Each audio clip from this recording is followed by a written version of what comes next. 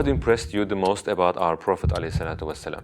He had a hard life. He faced a lot of difficulties with his own family, people throwing rocks at him and everything. And still, he didn't get mad, he didn't get angry. He remained the same person, patient, forgiving, friendly, smiling, adab, akhlaq, everything. He stays the same person, despite all these difficulties, despite everything that was fighting against him. And for me, that is very inspiring, and that is what I'm trying to achieve, to at least try to live like our Prophet, peace be upon him. What projects are you doing right now? We have some in Morocco, some small projects where we are trying to help poor people, poor families. It's not specifically on Islam, but we try to help them that they can go to school, that they have, material, school books and things like that. We get money from a lot of businessmen, and we work together to build some small houses for people that are living on the streets and things like that, small things. We organize events for young children. We also, of course, we talk about Islam. There are people there that know more about Islam than me because I'm not an expert, I'm not a scholar. They tell them about Islam,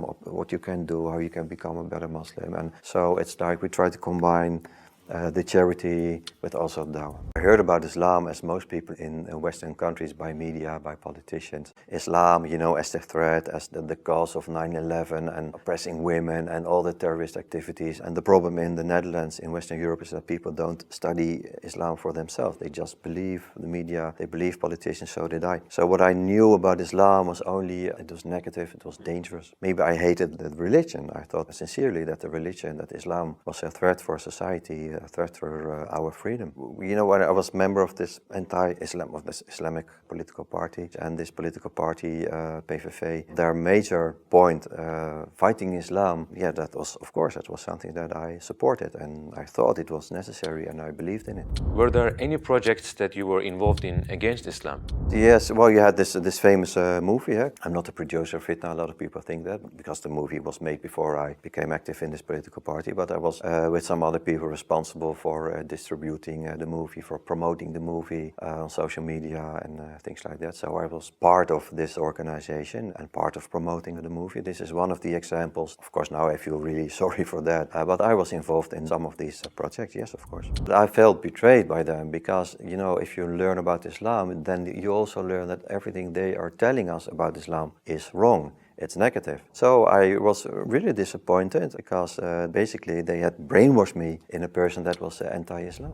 How did you take your Shahada? Can you take us to those moments? When I embraced Islam, I was 45 years old. I took the Shahada in a mosque. I was there a few times before. I had some questions about Islam, so they said you can go to the mosque and you can ask all your questions. I said, no, I'm not going to a mosque because they probably hate me. I'm not welcome there. But I was welcome. They invited me, you can come in. They were very friendly, you got tea and everything. I spent hours there talking with people. And that was one of the things that was confusing for me, because these people were supposed to hate me. How come they are friendly? How come they are so open-minded? How come they can answer all the questions that I have? That was one of the things, towards me embracing Islam. I had to do it a bit secretly, because if people knew that I was doing it, I could lose my job, I could lose my position. But I was very reluctant at the moment. And I said the Shahada in the mosque, but not in front of an audience. It was in a small office, me and not even the imam, but one of the volunteers in the mosque that was basically guiding me as my mentor in this whole process. We said the Shahada, nobody else was there. So from the point that I started to learn about Islam until my basically saying my Shahada, it was not like a few days, a few weeks. It took me about a year. It was a roller coaster. Sometimes I was really motivated. Sometimes I didn't do anything about it. But during this period, it became clear that Islam it's beautiful. And finally, alhamdulillah, I said the Shahada in 2013. How did you feel when you took your Shahada? Did you feel peaceful and relieved? Yes, definitely. The shaitan is always there. Even in the last few minutes, they were whispering, no, don't do it. You're brainwashed, stop. Until even 5 minutes before the moment that I embraced Islam. But when I did it, it felt like a lot of weight was lost. I really felt happy. I felt, it's hard to describe. People that have done it, probably they know what I mean. It's like being reborn. How did the people around you react to your conversion to Islam?